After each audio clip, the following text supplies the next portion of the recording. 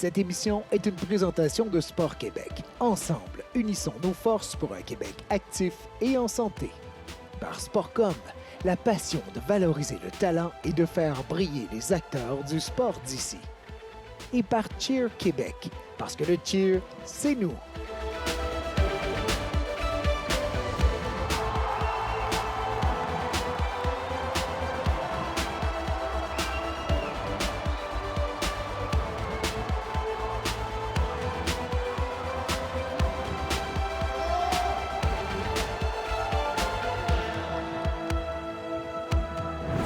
Bonjour et bienvenue à Rendez-vous sportif. Aujourd'hui, nous vous invitons dans l'univers du cheerleading.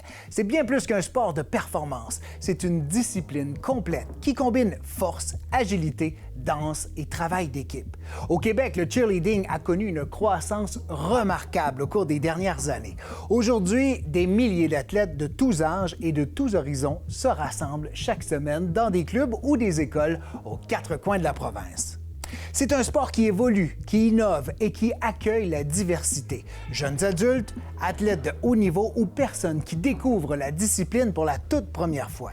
Ici, chacun trouve sa place. Le cheerleading, c'est aussi apprendre à se dépasser, à collaborer, à gérer ses émotions et à bâtir la confiance en soi. Des valeurs fortes qui accompagnent les athlètes bien au-delà des entraînements et des compétitions. De l'initiation à l'excellence, le cheerleading au Québec trace sa voie et il n'a jamais été aussi vivant.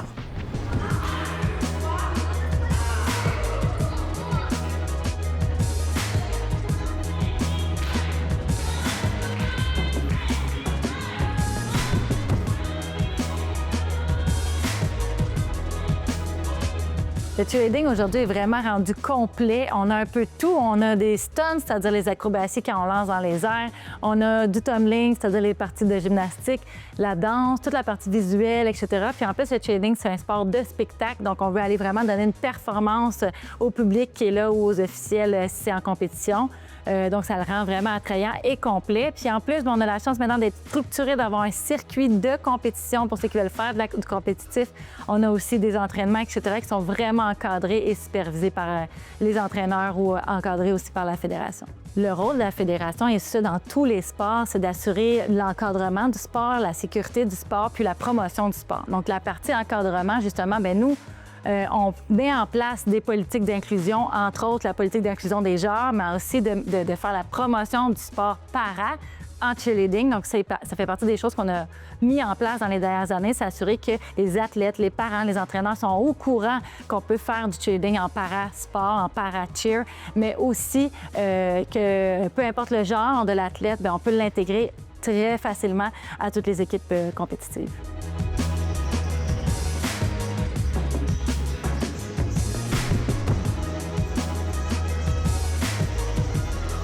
J'ai vu le Québec évoluer dans les dernières années sur la place internationale. Dans le cheerleading, c'est vraiment le fun d'avoir vu l'évolution. Il y avait peu d'équipes mondiales au Québec avant. Maintenant, il y en a vraiment beaucoup. Puis on voit les équipes performer des routines de plus en plus difficiles puis atteindre un niveau de compétition plus haut aussi. De plus en plus d'équipes qui montent sur le podium. Puis c'est vraiment le fun de voir l'évolution. Le cheerleading, c'est vraiment un sport incroyable parce que ça apprend comme... je pense que c'est le seul sport qui a cette capacité à travailler en équipe-là. C'est vraiment d'apprendre à faire confiance aux autres, de développer des liens qui sont sincères avec les gens avec qui tu es dans une équipe.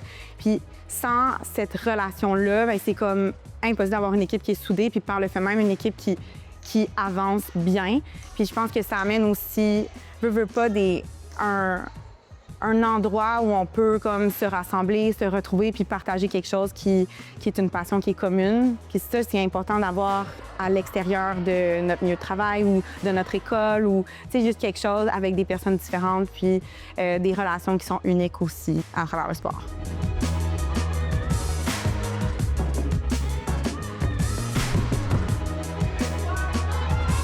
En 2019, on avait environ 8000 participants au cheerleading à travers le Québec. Et maintenant, en 2025, bien, on est plus de 14 000 au Québec à pratiquer le cheerleading. Et ça, à la grandeur du Québec. Donc, il y a du cheerleading dans toutes les régions administratives, dans pratiquement toutes les écoles. Il y a une équipe de cheerleading qui soit compétitive ou qui est en séance, encore en initiation. Puis, il y a des clubs qui sont de tous les niveaux, qu'on parle de débutants, intermédiaires ou qui vont entraîner de l'élite partout au Québec.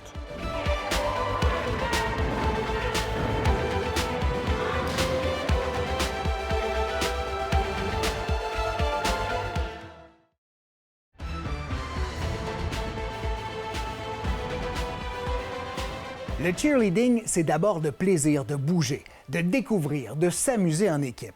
Pour les enfants, chaque séance est une occasion de développer leur motricité, leur coordination et leur confiance. Ici, pas de pression de performance. On joue, on apprend et on construit les bases, toujours dans un climat positif et inclusif. Dès les premiers sauts et enchaînements, les jeunes vivent la magie du cheer, un sport qui devient rapidement une passion.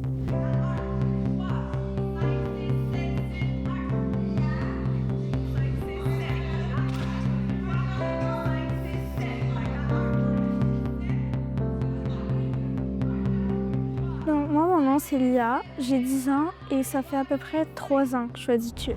J'aime que la danse et la gym soient mélangées ensemble.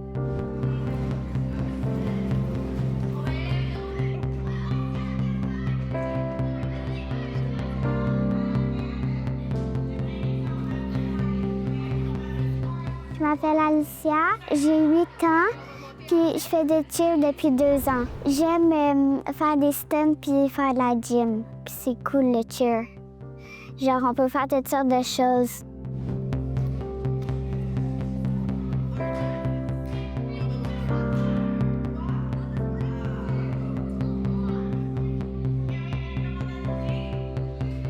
Je m'appelle Annabelle, j'ai 9 ans et ça fait 1 an que je fais du cheer. Ce que j'aime en tumbling, c'est des roues et des chandelles.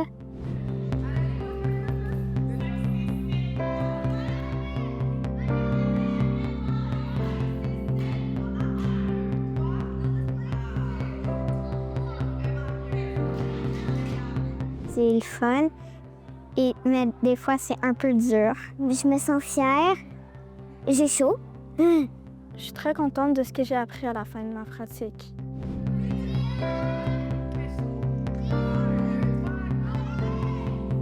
Mon nom, c'est Tania Latour. Je suis maman de 2 athlètes dans le monde du cheerleading. Bien, c'est sûr que j'aime ça parce que, dans le fond, tu les vois grandir, tu les vois évoluer. Puis ça, je pense que pour toute maman, c'est super important de voir ses enfants s'épanouir. Ça apporte beaucoup aussi sur le développement, je trouve, côté social, côté apprentissage. Je vois une vraie différence avec ma fille depuis qu'elle fait le cheerleading. Je trouve qu'elle est plus ouverte aussi. Et Laura, c'était une petite fille très réservée. Puis même ma petite dernière qui a 4 ans, qui est nouvelle dans le monde du cheer, c'est sa 2e année déjà. Puis elle aussi, elle veut juste faire comme sa grande sœur. Puis tu vois que c'est aussi une passion pour elle. Je trouve que c'est super important parce qu'aujourd'hui, la vie, surtout des jeunes filles, peuvent être difficiles. Puis comme je te dis, la confiance, c'est super important. Le développement aussi. Puis je trouve qu'elle s'épanouit vraiment beaucoup.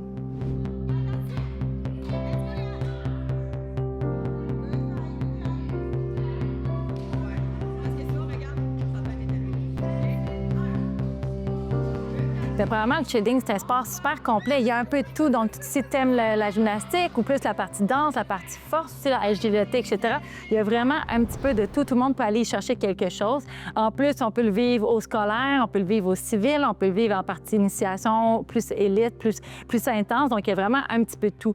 Mais je pense que même pour le public ou pour les parents, il y a le fait que c'est un sport de spectacle, le fait que c'est 2 minutes et demie seulement, une routine ou 2 minutes.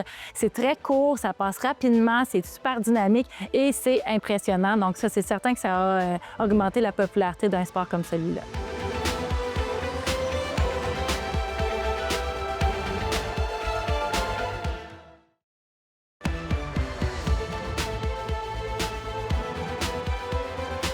À mesure que les athlètes grandissent, le cheerleading prend une nouvelle dimension. Ici, la passion se transforme en engagement, celui du niveau compétitif. Dans ces équipes U16 et U18, chaque mouvement doit être précis, chaque saut parfaitement synchronisé. La rigueur et la discipline deviennent essentielles, tout comme la gestion du stress en vue des compétitions. Derrière les sourires et l'énergie, il y a des heures de travail et de dépassement. Le cheer compétitif, c'est apprendre à repousser ses limites tout en restant soudé à son équipe. Ces jeunes athlètes découvrent non seulement un sport exigeant, mais aussi des valeurs qui les accompagnent partout. Persévérance, solidarité et confiance en soi.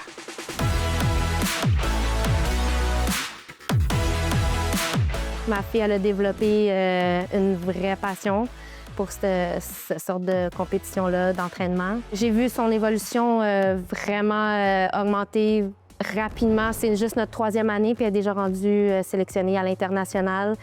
Son tumbling, qui est la gym, que j'ai jamais vu faire, elle a développé ça tellement rapidement que des fois, même les coachs me disaient OK, oui, il faut qu'elle change de niveau parce qu'elle est déjà toute capable de faire qu'est-ce qu'on lui demande. Donc, elle a évolué hyper rapidement en 3 ans.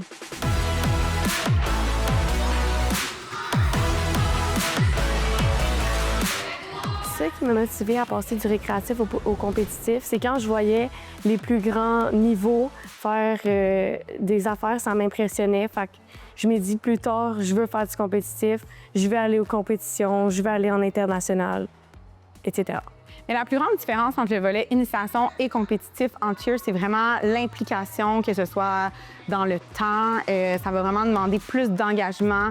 C'est des entraînements qui sont plus intenses aussi. Au niveau des chorégraphies et des habiletés physiques, on va demander plus aux athlètes. Il va y avoir des compétitions qui se font dans la région de Montréal, à l'extérieur du Québec même. Donc, on parle d'un engagement qui est différent de ce côté-là. Alors que le volet initiation, ça va être plus vraiment pour une intégration dans le sport, de comprendre un petit peu qu'est-ce que c'est, voir si on aime aussi le cheer, puis apprendre à développer les habiletés de base. Ce que ça représente pour moi de faire partie d'une équipe compétitive, en fait, ça représente vraiment beaucoup pour moi parce que je trouve que j'ai travaillé fort depuis comme les dernières années pour arriver à un niveau où je suis cette année. J'ai encore envie de travailler fort pour aller encore plus loin dans des niveaux encore plus compétitifs puis tout ça.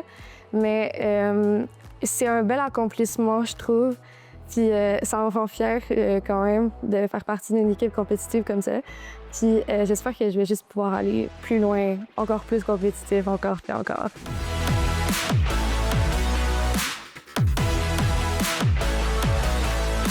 Comment je gère mon stress? D'habitude, avec mes groupes de stun, vraiment, on se parle avant chaque run. Qu'est-ce qui m'aide surtout, c'est quand on se parle. T'sais, on s'encourage puis que tout le monde s'entende bien à la compétition. Bien, pour gérer le stress de mes équipes compétitives, je pense que ça dépend de chaque équipe. Chaque équipe est un peu unique d'une année à l'autre. Fait que ça va être de développer des petites routines, des petits rituels, des choses qui sont propres à eux puis qui vont vraiment les mettre dans un esprit de confiance pendant les compétitions. Puis vraiment aussi de s'assurer qu'ils sont ensemble en équipe, que c'est un moment qui passe pour eux, puis pas trop de s'en faire par rapport à la compétition, aux juges et tout ça. Ça va être plus d'avoir du plaisir puis de rester concentrés sur leur performance.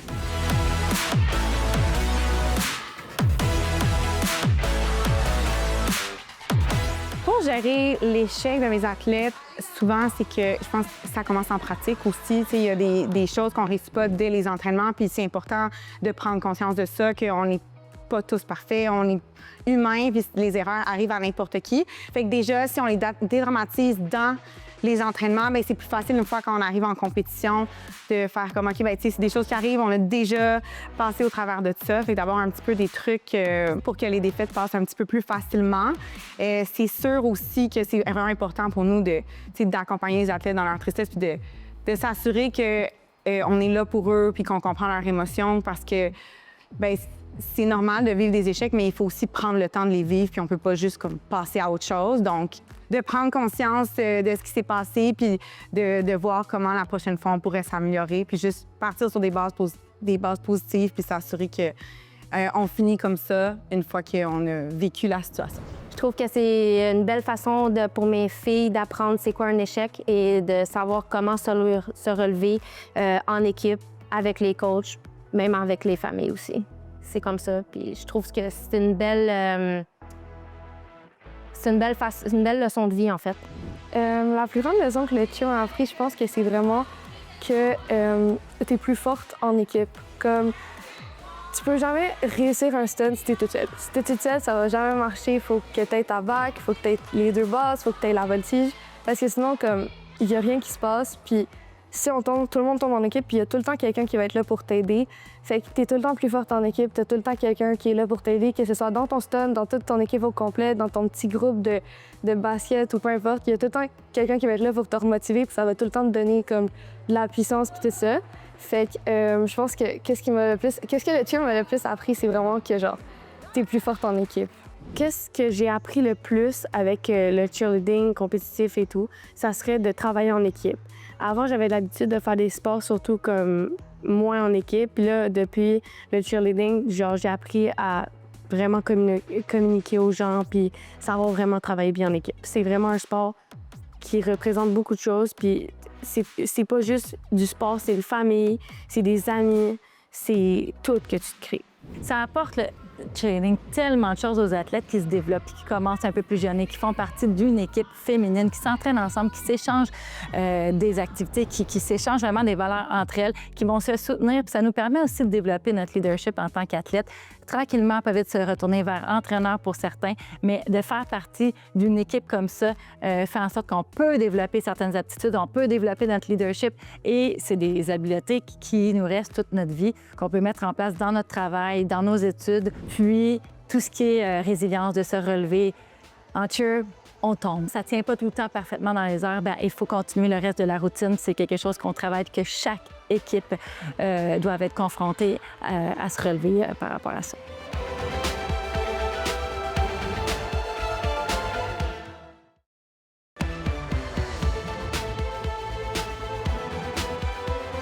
Le haut niveau, c'est là où la passion devient une véritable quête d'excellence.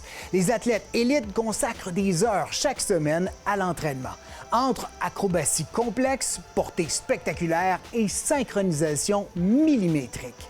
Derrière la rigueur et les exigences, il y a des rêves. Représenter son club, sa province et même son pays sur la scène internationale. Le cheerleading de haut niveau, c'est apprendre à gérer la pression, à repousser ses limites et à viser toujours plus haut.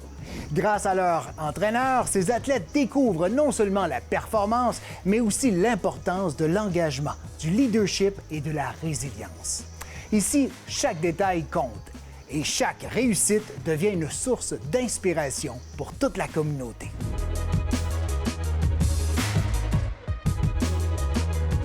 Mon nom est Vanessa Jacob-Monette, je suis entraîneur de cheerleading. Je suis dans le monde du cheerleading depuis 1994, entraîneur depuis maintenant 25 ans.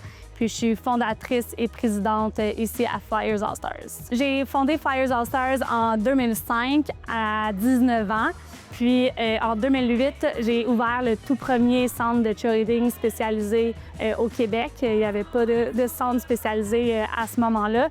Puis depuis 2010, j'ai décidé de me lancer à fond puis faire ça à temps plein. Flyers va au championnat du monde depuis 2010. On a monté 39 fois sur le podium depuis ce moment-là. On a gagné pour la toute première fois le championnat du monde en 2011. Puis depuis, on l'a gagné 19 fois.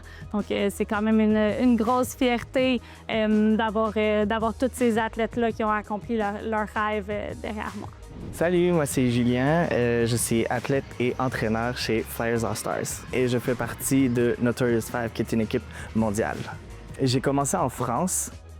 C'est une de mes amies qui a commencé à faire du cheer, puis là, je suis allé voir une des pratiques, puis j'étais genre « Ah! Je veux faire ça moi aussi », puis j'ai commencé, puis here I am 14 ans plus tard. Ce qui distingue le niveau élite des autres niveaux, c'est quand les athlètes sont vraiment prêts à s'investir à 100% dans le cheerleading, quand ils ont atteint un certain niveau physique et mental. Puis c'est sûr que ça vient avec une charge beaucoup plus grande, le nombre d'entraînements est plus élevé, puis l'investissement aussi, tant au côté temps que l'investissement mental. Ça devient des athlètes vraiment 24 heures sur 24, 7 jours sur 7.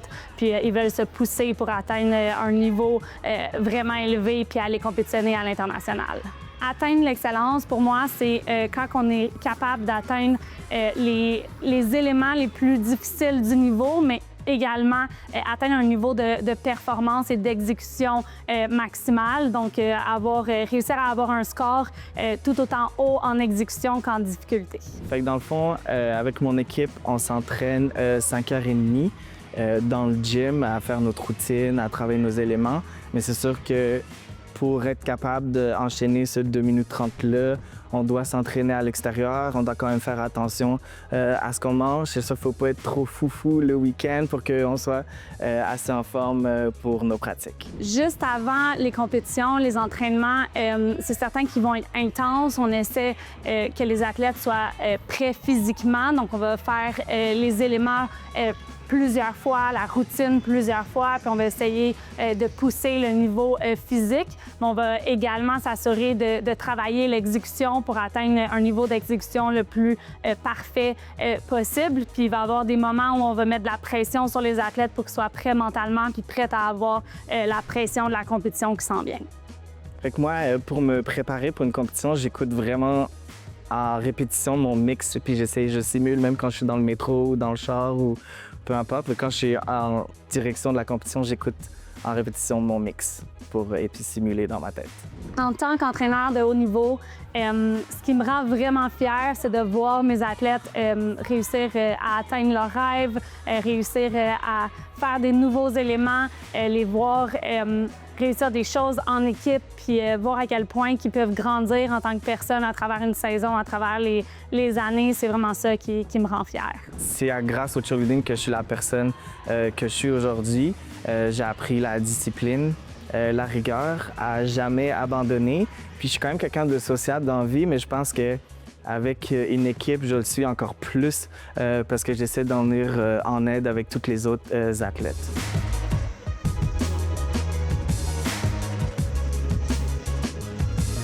Du premier saut à la scène internationale, le cheerleading est un parcours unique, fait de plaisir, de discipline et de dépassement. Chaque étape ouvre de nouvelles portes. Découvrir un sport, relever des défis et viser l'excellence.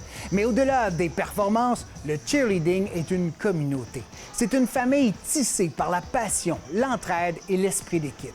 Ne manquez pas, entre-temps, notre prochain rendez-vous sportif très bientôt. Cette émission est une présentation de Sport Québec. Ensemble, unissons nos forces pour un Québec actif et en santé. Par Sportcom, la passion de valoriser le talent et de faire briller les acteurs du sport d'ici. Et par Cheer Québec, parce que le cheer, c'est nous.